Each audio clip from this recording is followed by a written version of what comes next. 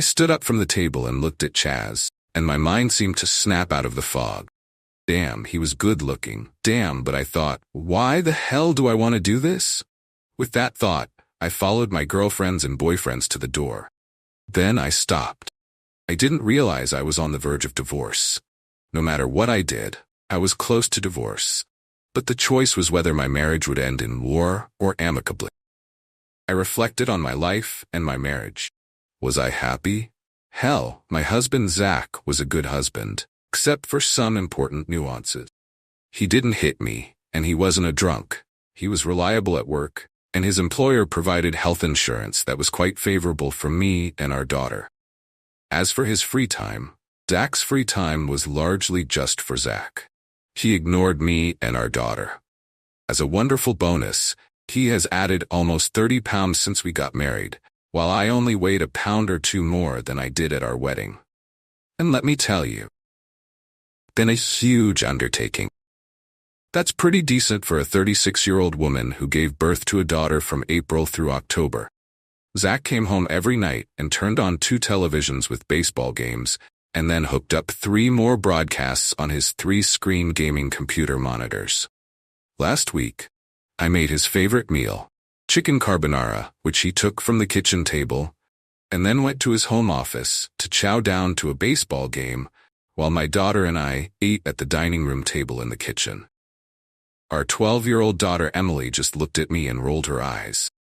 If he wasn't watching 5 baseball games at a time, he was playing Counter-Strike, yelling into the microphone on his computer, "Kill the bastard, left, left, left, left." And he wonders where our daughter picked up swear word. His speech wasn't any better when he was yelling at baseball players who certainly couldn't hear his rants. The NFL season wasn't much better. He could give me some time after the Super Bowl before spring training, but that's where it ended. Sex was a 2-minute warm-up and sleep. I know you've read about all husbands being saints. Mine certainly wasn't. I would be a saint if I pretended to enjoy his quick sex. I'm no saint.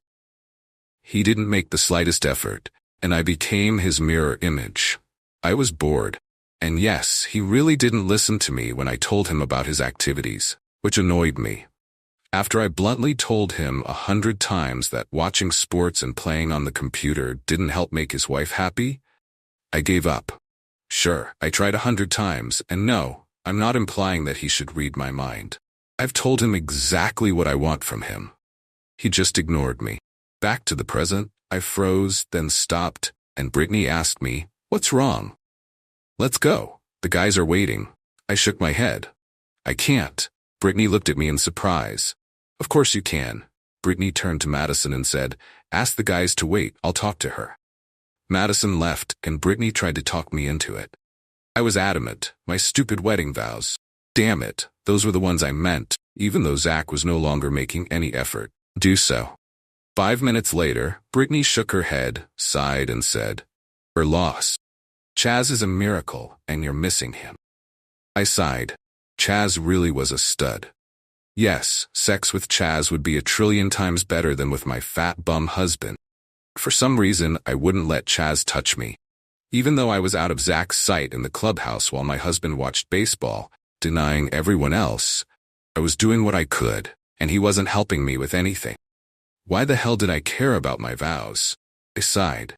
Damn, go on without me. Brittany frowned, then finally gave up and left.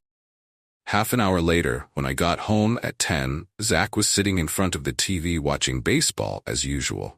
I rolled my eyes in feigned shock at the fact that he was sitting on his ass and staring at the screen. Zach was surprised to see me and asked, "What are you doing home?" His voice sounded almost accusatory. I sighed and replied, "I live here." I went to the kitchen, made some chamomile tea, and went to bed. Half hour later, Saturday, the next day, feces got caught on the rotating air circulation device. I woke up to my phone on my bedside table beeping, text messages more or less continuously. I picked up my phone and focused on the screen. After about the 8th beep, wait, not the 8th but the 48th message, wow, I slept like a killjoy last night. Few interesting points. Will came home at 3.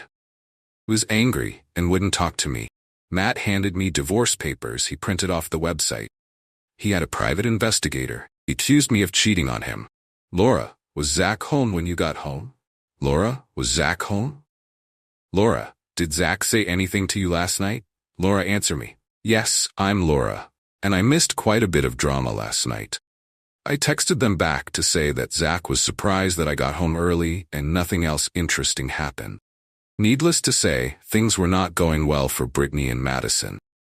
I tried to sympathize with them in some way, but if I could keep from screwing Chaz, I couldn't then. Perhaps it was due to some resentment.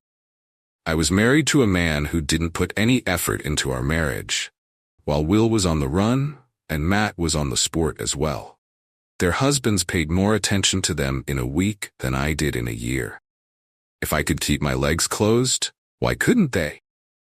The private investigator story was perplexing, but then it occurred to me that maybe I was under surveillance too. That's why Zach seemed surprised by my early return home.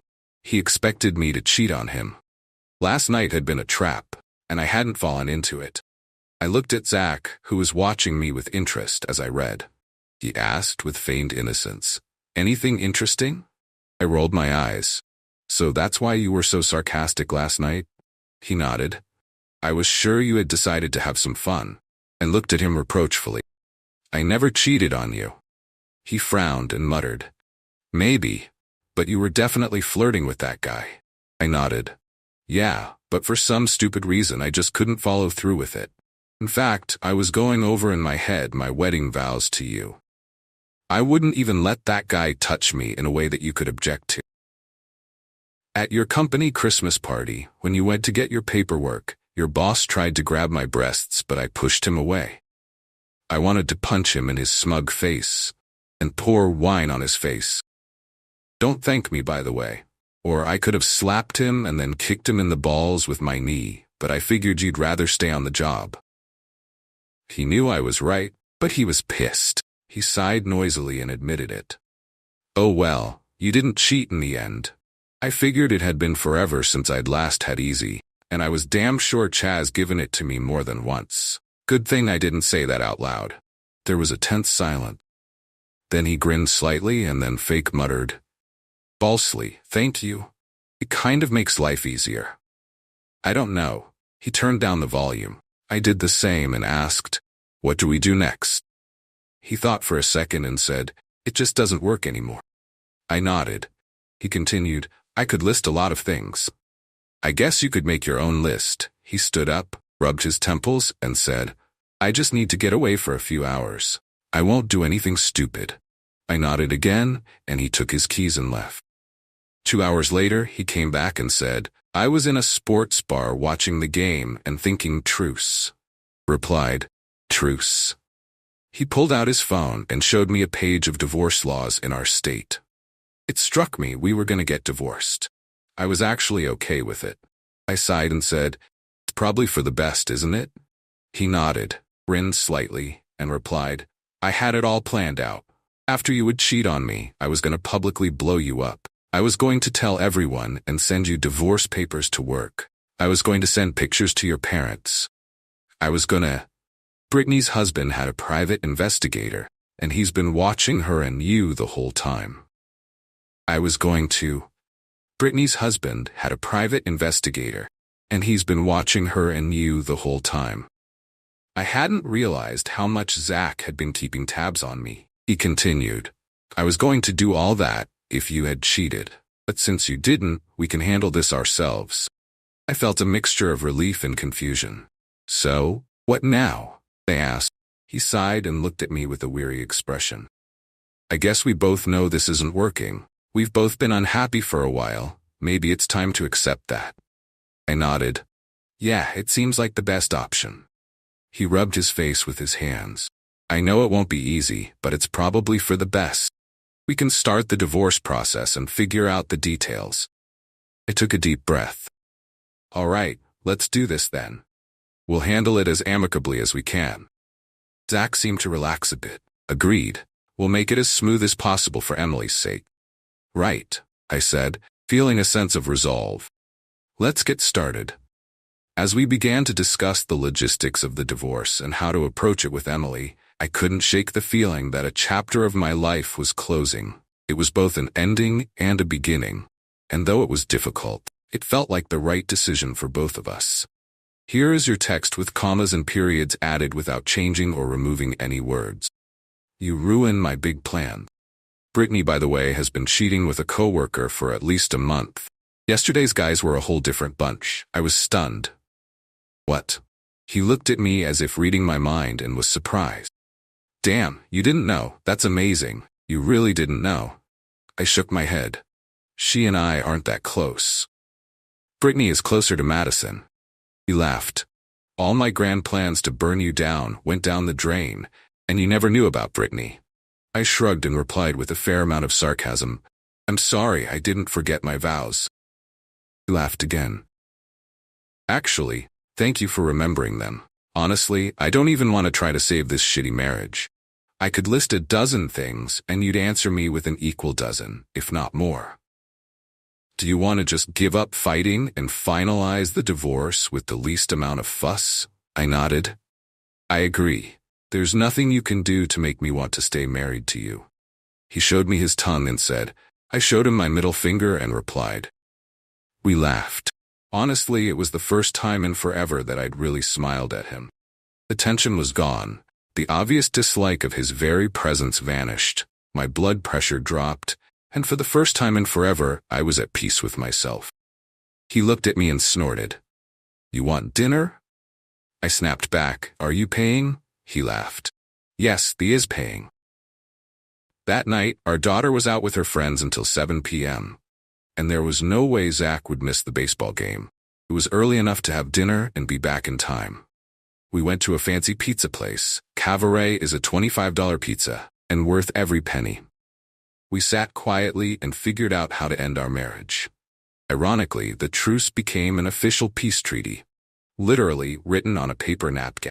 We swapped our ridiculous house for 2 3-bedroom apartments at different ends of the same apartment complex, and it's working. Our daughter sees both of us almost every day, and it just works. When the tension subsided, we both took her out for a celebratory dinner. I dare say we have a friendly relationship. During our negotiations, I got him to agree to spend more time with our daughter. 6 months later, we were officially divorced. We had a lawyer in common who did little except file paperwork and show up in court. We agreed on the division of our assets. The biggest fight was over the music collection, and he ended up handing me a $250 iTunes gift card to listen to music on my phone, which was fine with me since I hang out on my phone more than he does.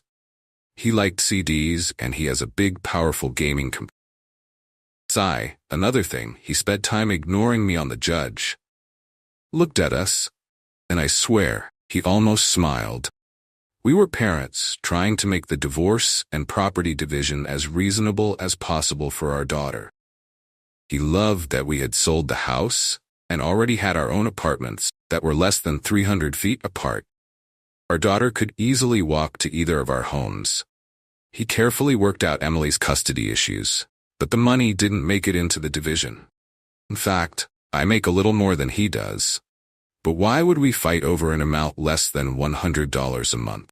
Funny thing is, my girlfriend's divorces were a year of fighting in hell, whereas mine was just, boring. Brittany had it the worst. She was served divorce papers at work, accompanied by the song Hound Dog in front of her coworker. There's a chorus, "You're just a hound dog." The judge was not amused. Pro tip, don't piss off the judges. He narrowly avoided a real punishment, and the judge told him to knock it all off. Okay, the hound dog story was pretty funny. Brittany's ex managed to dodge that bullet, and she didn't lose her job. Revenge is a dish best served cold, until you have to pay real money to enjoy it. Divorce is chess, not checkers. He posted pictures on her Facebook of her going into a guy's apartment to cheat. He sent an investigative report along with the pictures to her parent. She got what she deserved. She fought back, he fought back, not nice, not nice, not nice. Meanwhile, during the divorce, I had lunch with Zach a few times to discuss some issues regarding our daughter, and I won't be afraid to say it, I loved it. Madison's parents found out about the affair from her husband, and he told a few of his friends but left her work alone. Pro tip: don't interfere with your soon-to-be ex's work, as it could affect child or spousal support calculations. Her husband played out the divorce with strategy and left more or less normally. We set up a visitation schedule for our daughter. He almost always has Monday and Friday off, and I have Saturday and Sunday off. But given his schedule as store manager at Higgins Home Emporium, it works since those are his 2 heaviest work days. I take care of our daughter more during his big retail season from Black Friday through Christmas Eve, and he gets her more during tax season since I work as an accountant. We split the other days and agreed to split in half any extra expenses for our daughter. And it's work.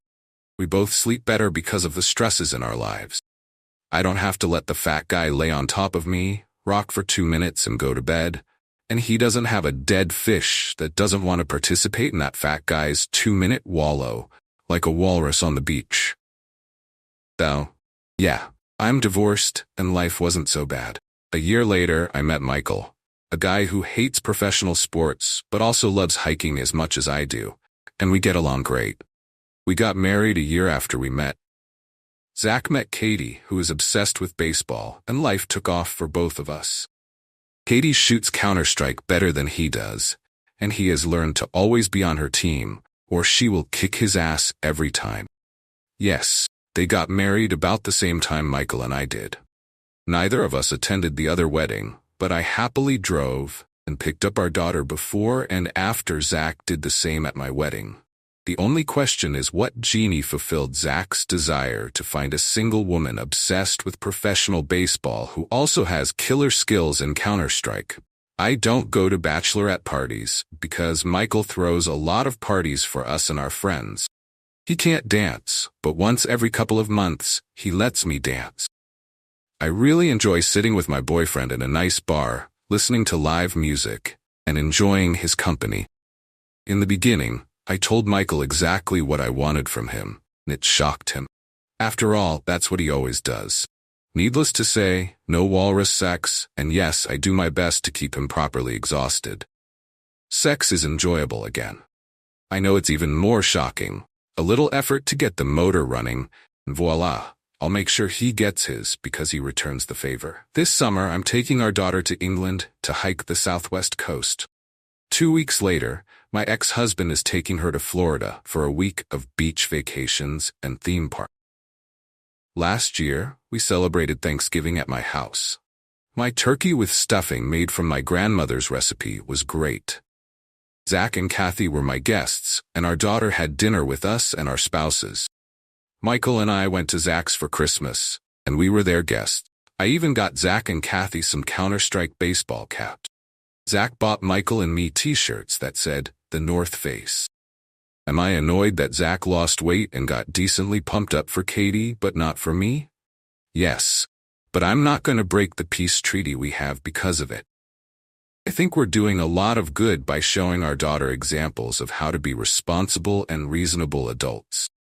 Besides, Katie is one heck of a cook. And I'm looking forward to Easter because she says her Easter ham is amazing. Considering how great her Christmas filet mignon wrapped in bacon was, I believe her. And a couple extra pounds is no big deal. My life is beautiful.